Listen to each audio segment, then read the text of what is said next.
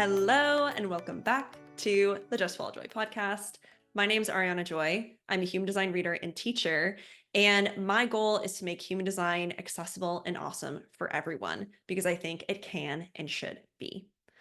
So I'm really excited to have you here with me today, and not just because this is the first podcast episode in a really long time since I was on a pretty long trip, did not record while I was there, and also, like a pro, didn't record any podcast episodes to go out while I was gone. But I'm also excited because we get to do this first episode back with a real gem of the human design community and in general, who is someone named Dr. Eleanor-Haspel Portner. So if you don't know her, and you might not because she's been MIA from human design for give or take about 20 years, Dr. Eleanor is the founder of the Four World System and the author of, among many books, Beyond Human Design, Turbocharge Your Practice with Integrated Channels from All Four Worlds. So Dr. Eleanor has a very unique background. She has a Ph.D. in psychology from University of Chicago. She's worked in both clinical and research psychology. She's studied like every esoteric system of wisdom under the sun. But in particular, she has a very unique background with human design, which is what we're talking about today, because not only did she personally know, learn from, and work with Ra Uru Hu, who founded the system, she helped create the Dream Rave chart, so she helped map that out. And she also worked to verify human design scientifically and statistically in the 1990s. And during her research, she found which parts were valid statistically, so which parts held up to the claims that HD was making, and also which didn't. And she also came to realize that while many parts of the system were valid, the system itself did seem to be incomplete. And even Ra has said, or had said, he's not here anymore if you did not know, that he felt that while human design was really powerful and it was true, it was probably not the full story yet, at least not as far as he had worked on it. And basically, as a result, Dr. Eleanor created the Four World System to help create what she would call a true integrated chart and help people live at the highest potential with their designs. So this is all what we are talking about today. And Dr. Eleanor, in my humble opinion, is really an integral part to the story of human design. She definitely fills in some of the gaps for us. And she's also someone I respect a lot in general. So I'm really, really excited to share her with you today. And a quick note before you watch this video, I highly recommend grabbing your Noble Energy Wellness Map, which is your integrated Four Worlds human design chart. So this is what your chart looks like in the system that we're going to be talking about today. It shows you all four charts, but all you really need to be looking at to know like your true design in this system is the chart on the bottom left that says total integrated vehicle manifesting life, all time frames. Oh my God, that just sounded like, the way I said that sounded like word salad. Total integrated vehicle manifesting life, all time frames. And another thing, remember, if you like Just Follow Joy, if you love Just Follow Joy, don't forget to leave a like and subscribe below so you never miss a video. But with that said, I'm done blabbing, so let's go talk to Dr. Eleanor. Dr. Eleanor, I'm so happy to have you on, and I'm so happy that I get to share you with all my audience because I think they're going to get so much out of this conversation. I hope so. I'm glad to be here. So let's dive right in because you have such a fascinating history with human design as a system, and then creating your own system, the Four Worlds, which you've said before is your true work, is really what you're here to share. And so I do just want to give people some kind of an idea of the context here, like how you came to this, and why you felt sharing the Four Worlds was necessary to like go beyond human design and have a system that did that. So yeah, how, like, where were you coming from? How did you come in contact with human design and Ra? Because for everyone listening, Dr. Eleanor knew personally and worked with Ra and validated certain parts of the human design system. So how did this come together for you? Well, to back up, my training is with the PhD from the University of Chicago, that was out of the department called the Department of Human Development when I was there. It's now called Comparative Human Development. But it was the first integrative social science program that integrated sociology, biology, psychology, and anthropology. So I didn't know at the time, but it was the four worlds. And I was very adamant at the time when I was a graduate student that I didn't want to be a psychologist. I didn't want to, I thought psychologists were neurotic. And I didn't want to be one of them. But after teaching college for 3 years, I thought, this isn't what I want to do. I don't want to do research and just supervise students who do more research to supervise more students, and nobody actually benefits from the research or the skills they have.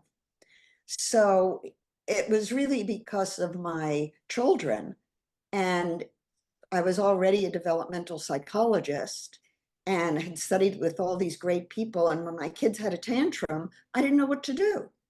Mhm. And I thought, wait a minute, this isn't right. If I can't do it, how can we expect somebody without training to do it?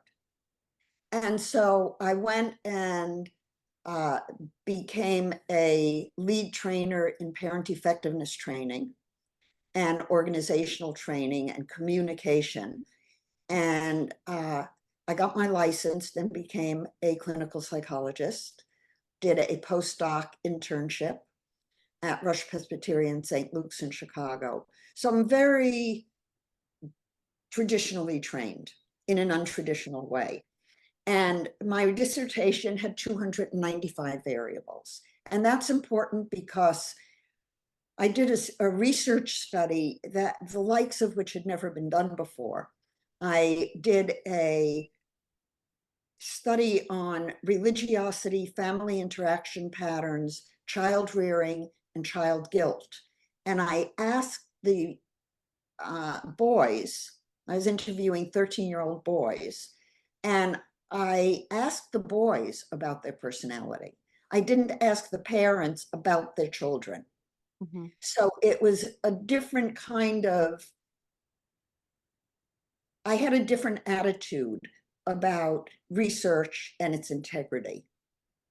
And so I finished my dissertation. I opened a private practice in Chicago, and I was licensed.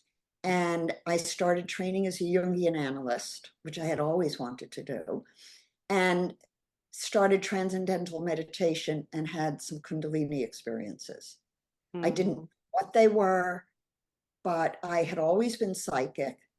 And having those experiences set me on a path for about 6 to 8 years of learning how to control my psychic abilities, Mhm. how to look at somebody and not know everything about them, or not have traumas surface and distract me. So I did that. I also, in my first Kundalini experience, had a direct experience of God. And I was shown about religion and rebirth and relationships. And out of that experience, I wrote a book on divorce called Marriage in Trouble, A Time of Decision. And it was published. I mean, you know, the divine gives you something and you listen. So I was very much steeped in consciousness, psychology, Jungian typology, the tarot, which Jung talked about. Um, and at the same time, my consciousness was expanding. And I was studying astrology. I met my mentor astrologer, Catherine DeJersey, and she told me I'd move from Chicago. She told me when I met Marvin, my husband of 46 years, we met in India at Osho's ashram, Which is which is, insane to me, which is so cool. I mentioned this when we first met. I was like, that's nuts too, because we did an episode where we looked at his human design chart. But anyway, I'm sorry to interrupt. Yeah. Uh, so the fact that I met Marvin at the ashram is an important piece, because that piece that we're sannyasin was a selling point for Ra to trust me, because many of the human design people were with Osho in Oregon. We never went to Oregon. 6 months after we were in India, we burned everything related to the ashram. When Osho was surrounded by bad people, we left. So I was doing my work. I was in private practice. I had done groups for 10 years, every 6 weeks, with like a whole weekend group from Friday night till Sunday night. I had a very busy practice. Marvin had a busy medical practice. And in 1996, I was reading my Mountain Astrologer magazine, and there was a picture of the mandala. And I went, I know what this is. And I already was studying the Tree of Life. So every piece that went into the human design system was something I was well versed in. And so I recognized the mandala, and I studied with Zeno. She happened to be in LA that weekend. I was living in Pacific Palisades, California, and she came to my home. I studied with her. Clearly, I'm a good student. And when I take on a task to study, most of the time I become a star pupil. So Zeno was very impressed with how quickly I understood. I knew the astrology, I knew the Tree of Life. And anyhow, I went to Taos in October of 1996. It was the first time Ra was teaching about circuitry. Circuitry did not exist when Ra was given the system by the voice, nor did type, nor did, and none of the constructs that became human design existed from the voice. That's a really good note, because I was actually going to ask you something about that, especially because you have a particular note on profile that I wanted to touch on in a bit. But okay, cool. Um, so I went to Taos. I studied human design. I took the exam, which Zeno assured me, oh no, there's no exam. And then I'm there in the course, and she says, oh, if you want to become an analyst, you have to take an exam. So I stayed an extra week. And of course, the first thing I did when I got to Taos to meet Ra was to spend a whole day with him, scheduling reading after reading after reading. So I booked him for a whole day, and I had him read my chart, Marvin's chart, my mother's chart, my sister's chart, my charts that I had hand done and progressed. So I had progressed the astrology and ran my charts for that. And all of that was hand calculated and done. And because we actually gave Chetan a ride from the airport. And while he was in the car with Marvin and me, I turned to him and I said, Chetan, what kind of name is that? And he said, I'm a sannyasin. Oh, we're sannyasin too. So Zeno, Chaitanya, Chetan, Marvin, and I, my sannyasin name is Asangato. And it means divine inconsistency. Hmm. And what Osho did understand about me was that I'm perfectly consistent, but I'm also changeable because I follow the spirit. And if God tells me to do something, I do it. I went to India because a voice said to me, go to Osho's ashram. Mm. Marvin and I lived less than a mile from each other, knew all the same people in LA, and had never met. And we've been together now since the day we met at the ashram. Didn't your astrologer tell you too that that was the day you The met day him was the day you were and going to meet time. someone? That's so Yeah. fascinating. And when I decided to go to India, I thought, that's crazy. What am I going to do in India? And I knew nothing about Osho. Hmm. As I boarded the plane to go to India, a client of mine ran up to me with a book, hammer on my head, and I open it and I see that Osho and I shared the same birthday. How Hmm. crazy is that? Anyhow, long story short, I went back to study with Ra, uh, and I invited him. I was there in the first class he taught about profile. Um, and I invited him to come visit us in the Palisades. And he took me up on that offer. And in September of 1997, Ra visited and stayed with us for 3 weeks in our home. And while he did, he told us all the stories about what a scoundrel he was. He was proud of it. Jesus Christ. That what Ra did before design was to sell things to old elderly people that didn't exist. Hmm. That's what he did. He had left uh, Canada, left his car at the airport, left his daughter and his stepson and his wife, and disappeared. They had him declared dead. So you have to understand that Ra was a messenger, and he brought us the human design system, but he was also a scoundrel, and he liked being a scoundrel. Sounds like it. Yeah. He And did. if He smoked nonstop. He was always high on marijuana. His history was as a druggie, using ketamine all the time.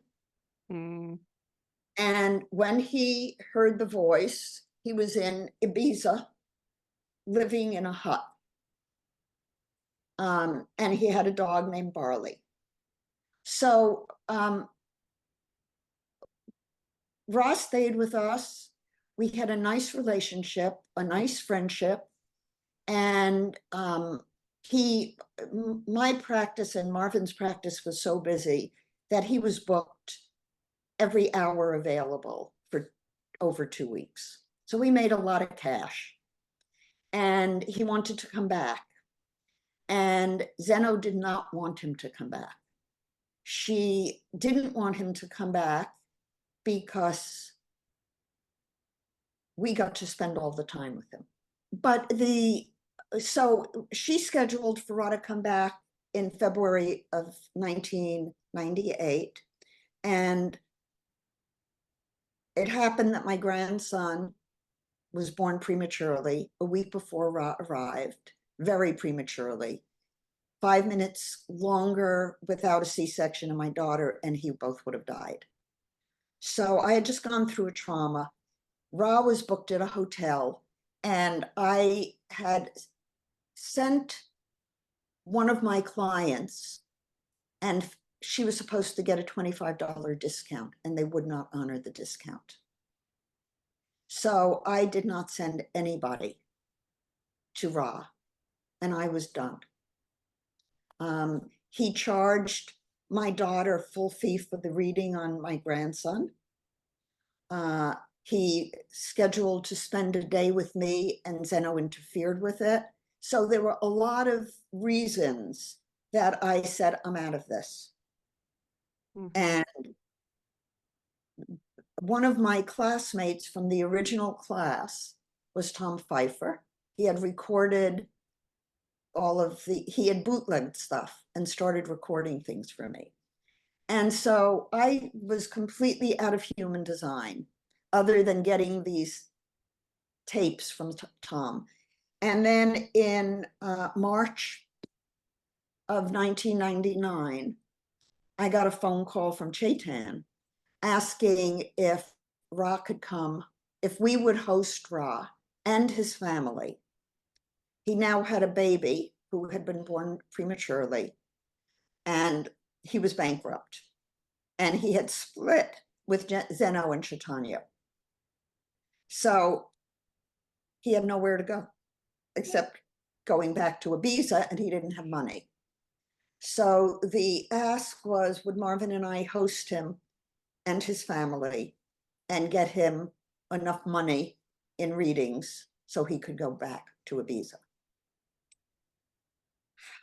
Marvin and I talked about it before we committed, and we agreed that the man was a scoundrel, but that the message he brought was valuable enough that we needed to say yes, that it was God's hand. So we said yes. Ra arrived in June of 1999 by himself. And he, after about a week of being with us, he asked if we would partner with him and if we would validate design scientifically. I said no. Marvin said yes. When Marvin said yes, let's do it, I said okay. And it meant I was going to validate it statistically. So Ra wanted a legal contract. We did form a legal contract. We were 50-50 partners. The contract was that he would share everything the voice told him in whatever amount of time it took, and we would record it. I have all those recordings. And that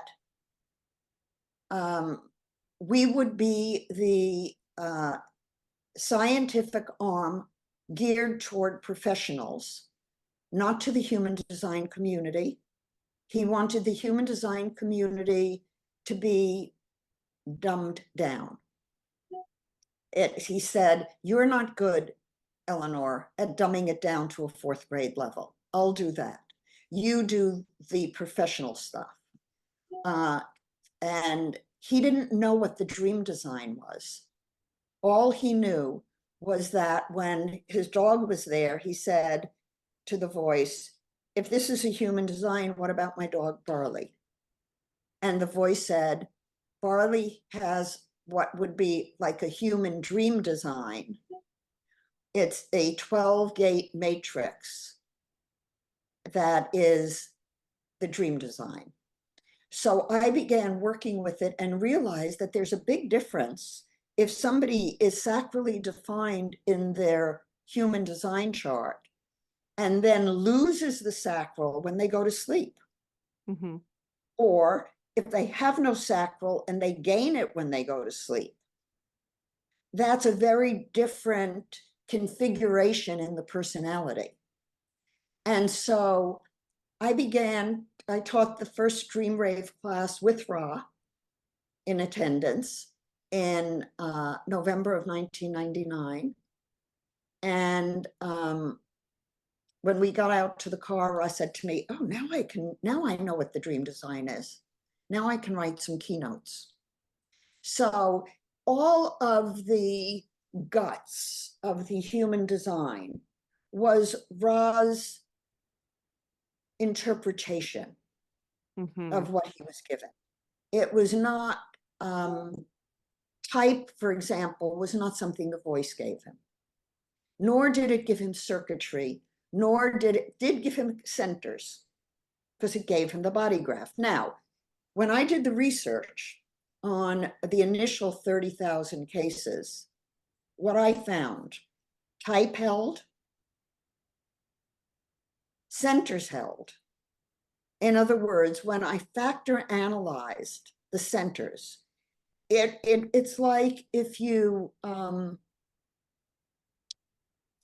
to think about color, and does one color relate to another color? they all have, we can code them all with RGB, for example. And we know that those are values that are incorporated in every color we can think of. Mm-hmm. When we do personality tests or intelligence tests, the way we know what a category is that when we do the statistics, they have certain things in common. Mm-hmm. In the body graph, the centers factored to each other themselves. In other words, the root center had 4 factors. The self center had 4 factors. The splenic center had 3 factors. The solar plexus had 3 factors. Mm-hmm. So I was able to look at the centers and say, yes, we have something here. Mm-hmm. Same thing with type. I was able to get percentages on the human design type. I also have percentages now on the integrated chart. And what I found was that type held, and it held in all the matrices. Profile does not hold. Circuitry does not hold. Profiles are an artifact of the math, of the hexagrams. So you cannot, so what I use instead of the profile is the keywords that come with the hexagram. Okay. So if you look at somebody's process across the 8 charts that I use of the different time frames that programmed critical human development, those keywords describe your process. Mm-hmm. That's powerful, much more powerful than a number.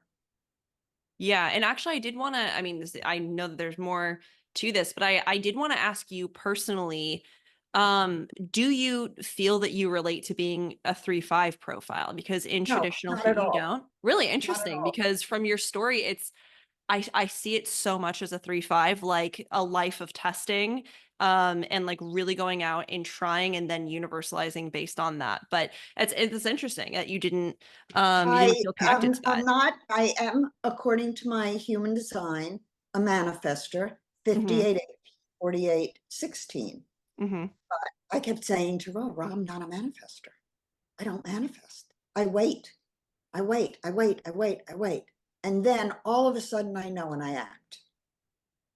So you don't think that that's like a manifestor waiting for an urge? So it feels like you're responding externally like a manifesting generator instead? Mm-mm. No, I wait until I have the lunar confirmation, the Mm. spiritual confirmation. So you can come up with an explanation for that, how that happens in the human design chart. But in my multidimensional noble energy map, it's right there. I get the sacral center between the 52-9 Mm-hmm. in my lunar chart. I get the 10 and I get the 57. Mm-hmm.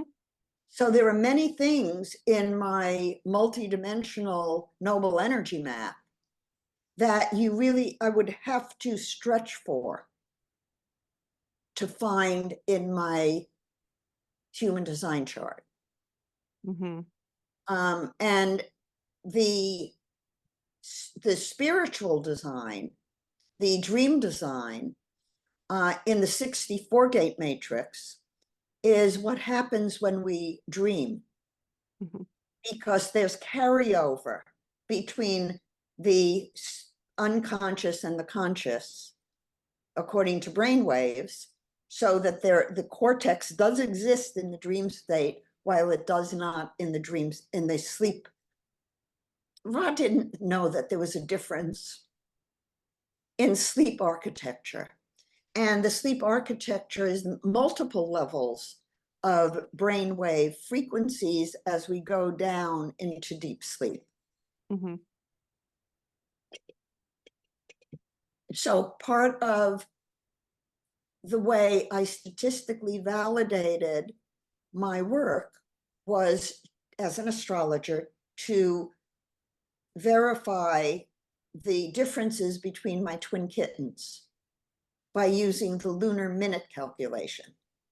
So as I got those 4 mental, spiritual, emotional, and physical worlds, they track physiologically, psychologically, and astrologically, meaning they are reliable and valid from a statistical standpoint. And they do, in fact, show the development of a baby and the cosmic influences on that baby over a 3-month period. Mm-hmm. And they actually verify and document that the tree of life with its 4 worlds is valid. And so my real work is the 4 worlds. Mm-hmm. Yeah, absolutely. Which I mean, like I have like so many questions that branch off from your story because it is a life story and fascinating. And again, I asked Dr. Elner if maybe one day she'd be willing to come back and talk more about it. But I'd love I'm to happy dive. to do that. Ah, yay. Well, I have you saying that on recording that I'm publishing. So but yeah, so basically you went in and you did work that really no one had done with this system before, which was actually going out and validating this scientifically and finding out, which is so important too, because you know, I obviously did not know Ra personally. He died when I was 16. But it's the kind of thing where, when I've heard him talk before, I've very much felt the same way that you and Marvin felt, which was, and I'm assuming this is why Marvin said yes to like, we will do this work because he saw, like you did, that there's a core, there's a nugget of truth to this, a big nugget. But it has always felt like there were certain things you have to take from Ra with a big grain of salt, considering who the channel for this was, because and Sean mentioned this on his podcast interview with him that I was watching the other day, which was there's so much out there in the human design space of like, you're wrong, this is right, or like, I'm right, what you said was wrong over there because that's pop human design, or this isn't right, this isn't what Ross said. That's the big thing, people like having a breakdown over Ra didn't say exactly that. A And I lot think of what Ross said isn't true. exactly. Like, was it what the voice said, right? Because, when you get down to the core of it, to his numinous experience, numinous being a word I learned from you, actually, I had no clue what that was before you said it. So this direct experience of God, that sounds like something I'm like, that sounds true to me. Like that resonates with me. But then the more structured and formal way that human design goes, like I love it. And personally, a lot of what I've used in my readings has really helped people. It's helped me, even if profile technically is an artifact. I really relate to being a 5/1. It's helped me in my life. But it's just, I think it's a really, really good thing to keep in mind that, like you said, he was a messenger. And actually, my friend, she was laughing. She was like, I think that God gives these messages to people who like are kind of off their rocker, so we remember not to put them on a pedestal, right? And to remember it's about the message and not about the person. Well, I would say, in terms of human design, the only really accurate materials are the Black Book and the White Book. Okay. Yeah. And that was the original writing. Now, there was some piecing together of the information that Ra did. But for example, Ra says in the Black Book, and was adamant, we have no choice. That's bullshit. A baby at 3 months old has choice, reaches for an object. If you reach for X object rather than Y object, you're making a choice. And so just at a very basic level, we can say, wait a minute, let's be discriminating and discerning about what we take in and what we use and what we don't. And certainly, I have to say, some of the, I wrote 13 books with Ra. And I've completely forgot about them. And then I pulled them out a few months ago, and I'm going through them and writing a commentary on what scientifically held and what didn't. And I've had Marvin go through and do that medically.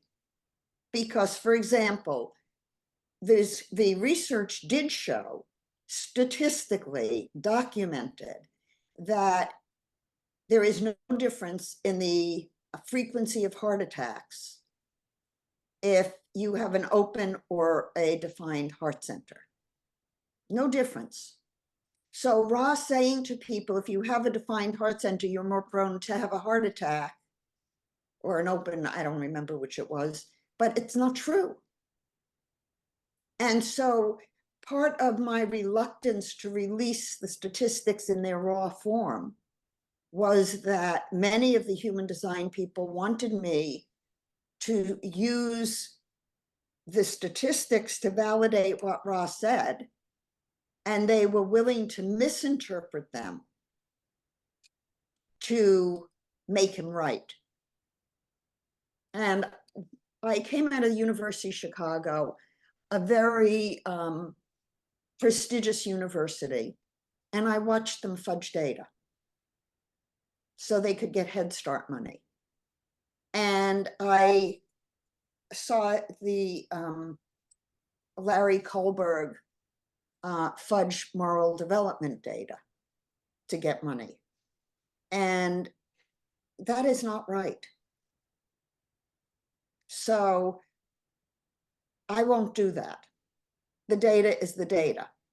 And I welcome other people going through the machinations necessary to do the research. It was not easy.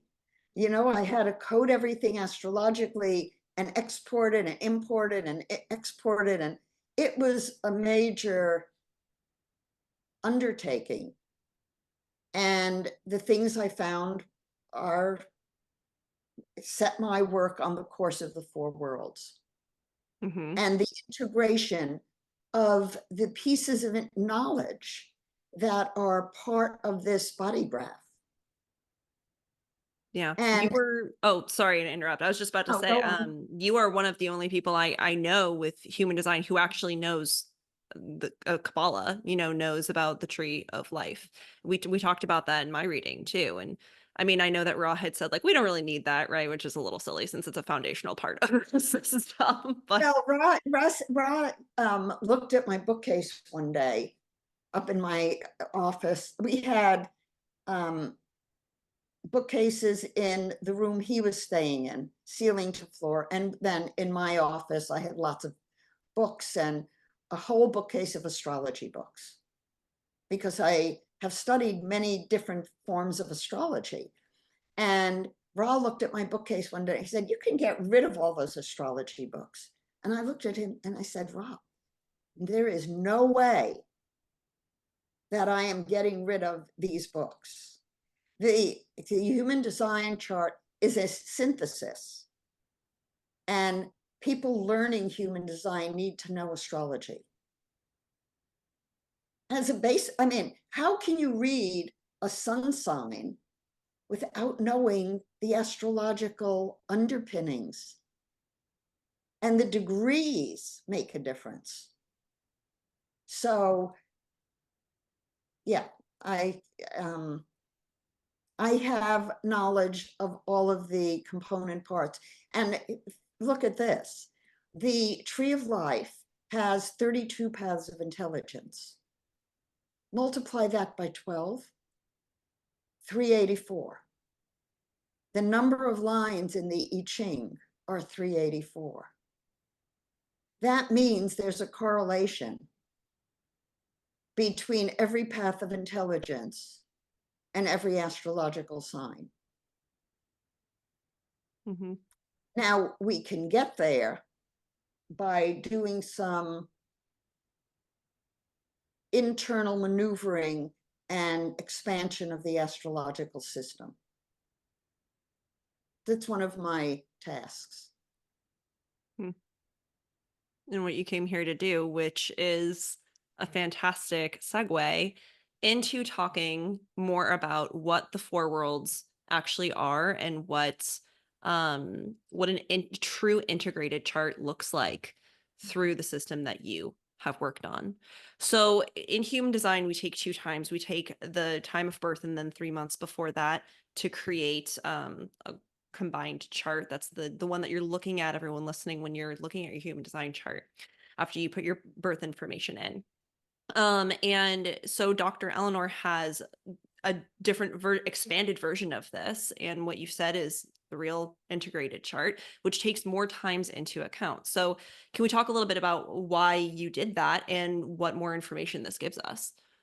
The reason I did it was because Ra gave me the dream design. Mm-hmm. And he said that's a dream design of a mammal. Well, if that's the dream design, where's the sleep design? And if it's the dream design of a human, where's the sleep design of a human?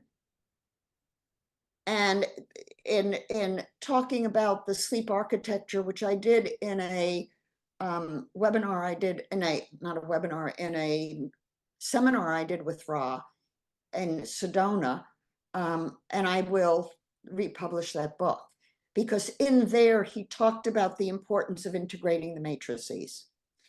And so I knew there was another design. And as an astrologer, I was sort of, how do I figure this? We know that the spiritual design, the dream design, is 88 lunar degrees. So when I had twin kittens, one who died at age 10 of cardiomyopathy, the other lived to 18. So there was a difference. I needed to find that difference in the physical chart. And so I used the lunar minute, which took it to seconds. And I had also downloaded the emotional angelic matrix. So we have a mental world matrix that's 64 gates, Mm-hmm. a spiritual that's 12, an emotional angelic, which is 33, has no solar plexus. Solar plexus only exists in the mental world and the physical world. So emotional reactions are a mental physical world, and the spiritual angelic matrix through the portal gate 59 is there for us to transform the emotions of the third dimensional reality into spirituality and understanding and growth. Mm-hmm. So we have four matrices. I laid them out that way, and they chart developmental times in human development. So if you look at the mandala, 360-degree circle, and you go 88 degrees before birth, and then it goes to birth, quarter of the wheel, and then it goes to when you were 3 months old, the missing fourth trimester, when you reach and have choice, 180 degrees. And then the Earth's gone the other 180 degrees. So by the time a baby is 3 months old, every single cosmic frequency has been programmed into the aura. So as we know in psychological human development, by the time a baby is 3 months old, all the structures they need to be whole exist. They are there, able to function, independent of anyone else except developmental caretaking. Mm-hmm. But they don't need somebody telling them what to think. They need to be educated and socialized, but not conditioned. Babies are not conditioned. So I object to Ra using the term conditioning. Mm-hmm. Because conditioning means you are automatically doing something that you've been programmed to do. And the socialization process, we are being taught what our culture expects of us. And we're given choice on how we participate. We're not robots. And I can say, as a clinician, having been in private practice for 50 years, that every single person who came to me with psychological issues needed healing on their soul. It's not that they didn't know who they were. It's not that they didn't know what they want. It's that they were ignored. The sensitive part of who they are was not acknowledged or recognized. Now, in human design, we say a projector wants to be recognized. As a parent, what you want to do for your children is you want to teach them to know who they are for themselves. You don't want them being dependent on something outside of them to give them all four worlds. Mm-hmm. So when I was standing at my husband's bedside in October of 2022, he had open heart surgery. And one night he said to me, I feel like there's a negative force around. So I said, get into bed and I'll put on a Jim Gore prayer, a cleansing prayer. And I was standing there and I was doing Tai Chi Gong figure eights. And we go from the mental to the physical, to the spiritual, to the emotional. And the voice said to me as I was doing this, your layout of the charts is the four worlds. You know what it is. It's time to make it public. So I'd been making it public for 25 years, for 22 years. And nobody, I had a following, but it was invisible. And I went to my Tai Chi group and I said, the voice just told me to make my chart, my noble energy maps public. 10 to 15 people signed up for readings that night. And it just exploded.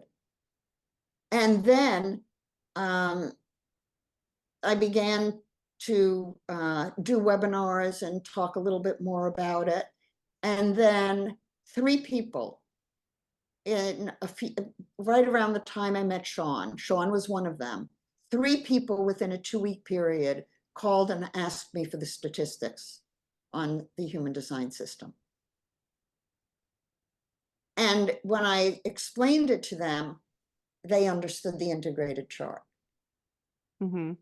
And I've been working with the body graph chart people to do the Noble Energy Map program, which anybody listening to the podcast can go on nobleenergymaps.com and download a free report with all the charts.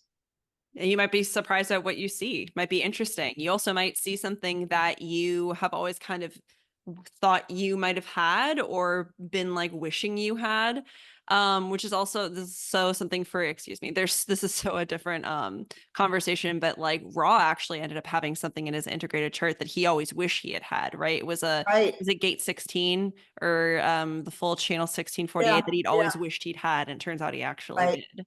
So interesting. But yeah, and so for those people who are a little bit more lay people, such as myself, when I was learning this from Dr. Eleanor, I was like, I can tell this is a beautiful system and I want to know it more, but man, I gotta take some time to absorb this. I mean, essentially the idea here is my system is simpler than human design. Okay. It's much simpler because when you're looking at these charts, you look at what connects and where it connects and which world connects. So for example, I'm a manifestor 58, 18, 48, 16, which means I know frequency and I can read frequency in people. but I wait. And so when I get the sacral center in my spiritual design and in my integrated, I have the 515 as a whole channel. That's my timing. Mm-hmm. And that's why I'm infinitely patient. I waited 22 years to go public with the four worlds. Mm-hmm. It didn't mean I wasn't studying and learning that each world has its own unique communication. So, for example, when I'm working with couples and they're going at it with each other, if I identify which world each of them is in, I know how to bring them together. Mm-hmm. So I've actually analyzed the integrated charts and the 8 charts that go into it in relationships, and can see in some of, I had one really interesting case where I was seeing this couple early on before they separated. And one of the sessions was him being so abusive in the meeting that it was no wonder they separated. And she remained my client and they became friends. And about 6, 8 months ago, I said to my female client, let's look at your design. I'll bet we can see in there what the issue was. And sure enough, they started out in their relationship spiritually aligned. And then he went solely into the mental world because he became very rich. Mm-hmm. And he went into money and power and completely gave up on the spiritual values. Mm. And the communication skills of each world are different. So, in order to access spirit, you need to use clean language. Whereas to access the mental world, you might use active listening. So, part of my job and mission here is to write a book about the four worlds and how to communicate in each world. And that's what I've been working on. That's fascinating. And what I wanted to say about this was just to kind of help people make a little bit more of a cohesive image, especially because some of the people listening are coming from a human design background. So getting into like a kind of a new, just like thinking of it in a new framework. Basically, part of what Dr. Eleanor is saying is that like these four worlds, like technically we live in all of them. And I mean, from what you're saying, we might shift between them, but we have access to them. And it's part of it is being aware of that fact, right? So in my I think this is what you were kind of getting at when you were talking about the sleep in the dream rave. You were saying that we carry over from the unconscious or the sleeping or dreaming over to the conscious, and that it's because this is a world that's still like one of the things to take into account. It's not like this just goes away just because we're not sleeping anymore. Like it's still a Well, part of us. I believe that the spiritual world, the lunar world, Mm-hmm. is the unifying integrative field of consciousness. Okay. Because when we are in deep sleep, we're in the cosmic soup. We have no ajna, we have no crown, we have no throat. We have no throat. We do have a throat. We have the 2057, but we don't speak, right? We act, and mammals can act. A dog can act, but it's not thinking ahead and planning ahead the way we do. So when we dream, the unconscious of the whole collective is being imprinted into our cortex. And the reason we don't remember dreams fully is that the dream has no language and it has to translate during REM. That hour and a half of REM is when the movement between worlds happens. Hmm. But the spiritual values are what people will die for. And the hurt that I've seen in my clients through the years is that that spiritual core has not been recognized. It's not the mental core. It's not who they think they are. It's who they really feel they are. Yeah. That is important. Yeah, absolutely. I mean, because I remember in my one-on-one reading with you, you were saying you lose the 57 that you have at some point. And I was like, okay, so I this is my entire integrated chart and this is who I am. So I always have the 57. So what do you mean by I lose it? And you said it's when you're not aware of that part of who you are. So when you're not aware that you exist in that world. And I don't have my map up in front of me, but I think it might be in the emotional that I have the 57, but I know it's definitely not in my traditional human design, the mental world, right? And you were saying like, yeah, But you know, basically, you are intuitive. I would say so. So how do you explain the intuition in a human design chart that doesn't have the 57? I always just felt instinctual because gate 57 was described as, yeah, intuitive clarity, but more like foresight. Like you get little snips of what's going to happen. So maybe not necessarily clairvoyance, but some kind of future psychic.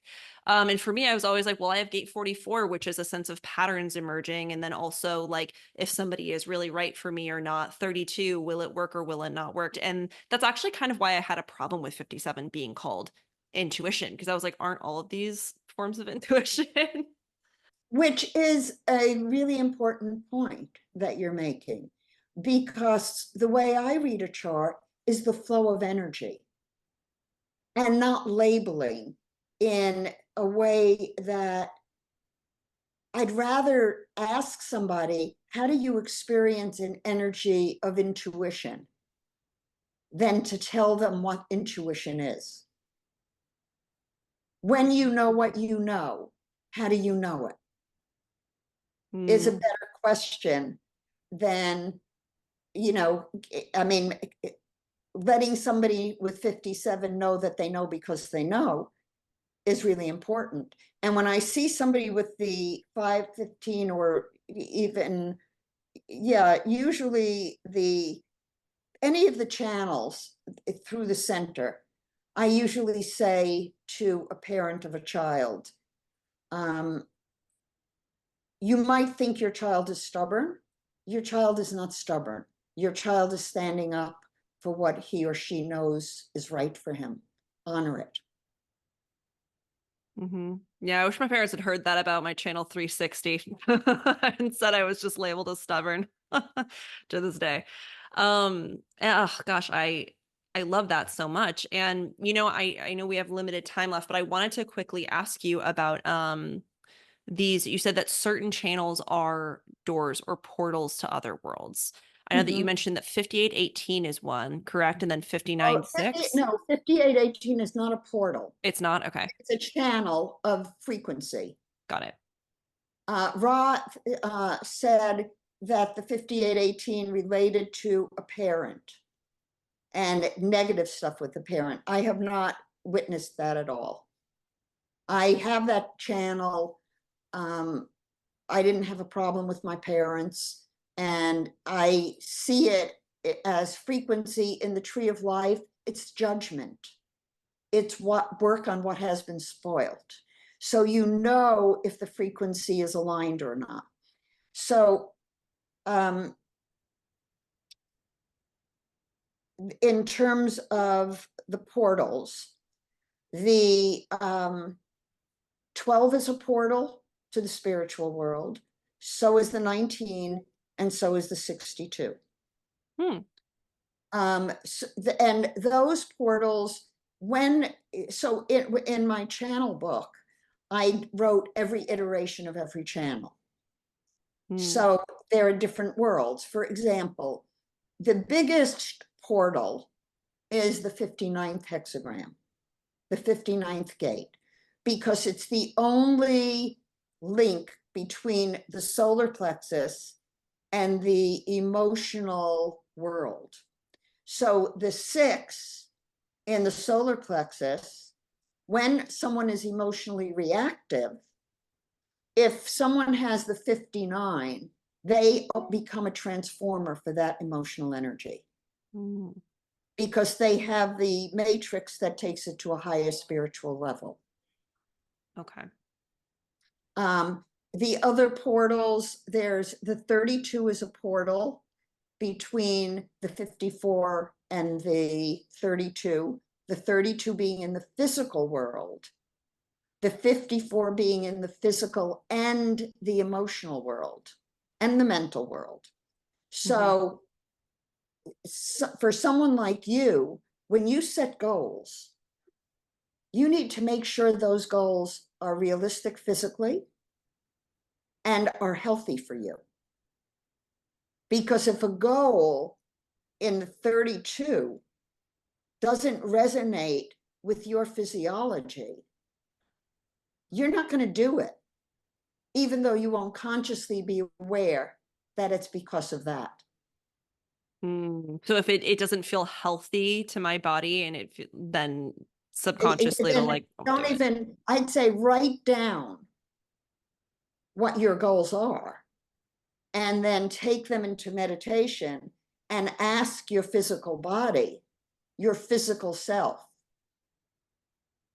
am I in the right place with this?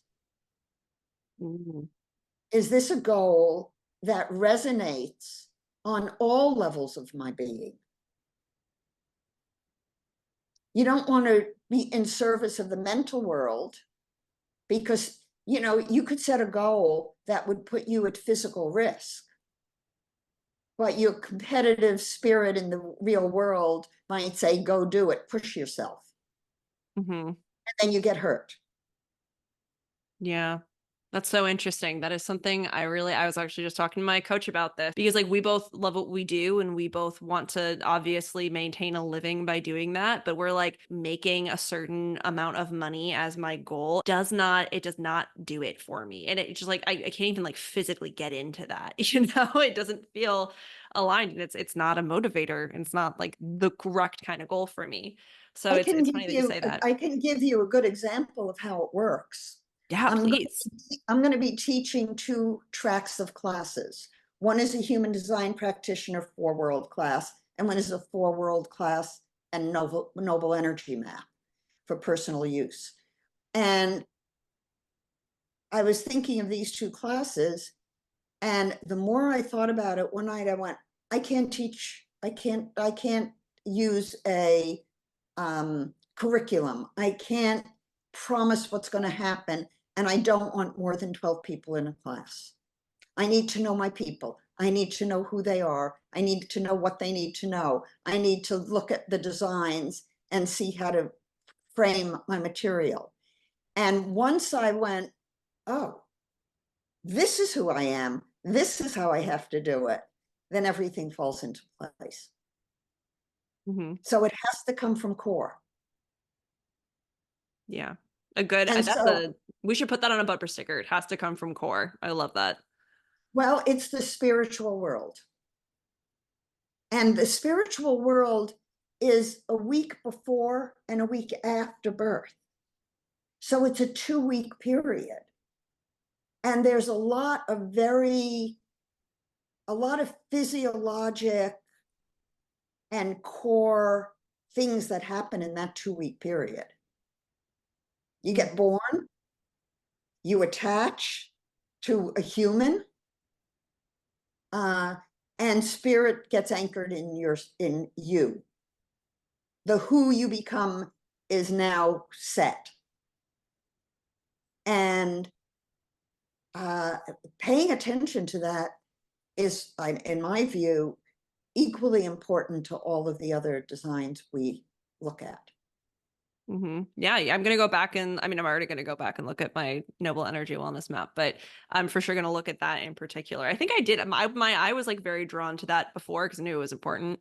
But yeah, gosh, well, this has been incredible. Thank you so much for sharing all of this. And you have some really amazing resources coming up for people that will be available for them. So, you have your book, and then you also have a 5-day course coming too. Do you mind sharing? A Step Over the Threshold to a New Way of Being in 5 days. It's an experience over 5 days of the 4 worlds. Each day you get an experience of one world. And on the fifth day, you integrate them. And each day is maybe about 10 minutes of videos that are pre-recorded by me. And you're given a task. The first day is spirit. Second day is physical. Third day is emotional. Fourth day is mental. And fifth day is integrated. And it does not require more than 30 to 40 minutes of your time in any given day. Every day you can answer the question for the world on Facebook. And I'm giving out a prize each day to some random winner. And then on the fifth day, the prize is a full reading with me, an hour reading with me. And that will be for somebody who's answered questions each day. Love it. That's so cool. I love that format. And then what I'm also so excited for is that your book is out and people can come and can get it. Well, I have more than one book out. Yeah, you have many books. I have many books, but this is the most recent, which is all of the integrated channels. And it is beautifully integrated. So for example, the 1156 exists in two worlds. Nice. And it has the astrology as well as the hexagrams. And the other book, Cosmic Secret, Cosmic Guidance, is broken down into advice for each day in each of the worlds based on the astrology of the day. Oh, very, very cool. Yeah, I love that. I'm so glad I'm learning astrology more now so I can dive into this in a new way. Covering that in my classes. I'm going to start teaching 2 classes at the end of the month. And they're going to be ongoing, a human design practitioner one and a 4 worlds one. And they will include the synthesis of the tree of life and astrology and the I Ching and developmental psych and psychology, the 4 worlds. Thank God, because that would be a lot for me to learn on my own. So I'm glad that you're combining it into a package. But wonderful. And I'll have all of Dr. Eleanor's information for getting in touch with her below. But I do have one last question for you, which is, what is one thing that is bringing you so much joy right now? Well, there are so many things. But my work brings me great joy. I love what I do. I do what I love. I don't need to do it. I've done it my whole life. And honestly, I've never made a choice in my life based on money. I've made it based on what I love. And so I've never worked. I do what I love. And I love writing. So that's my mode of expression. I'm the same way. I love podcasting. It's something that I fell into, but writing is definitely my first love. So I feel you there. But wonderful. Thanks again so much for coming on. You rock. Everyone listening, you rock. And I will talk to you next time.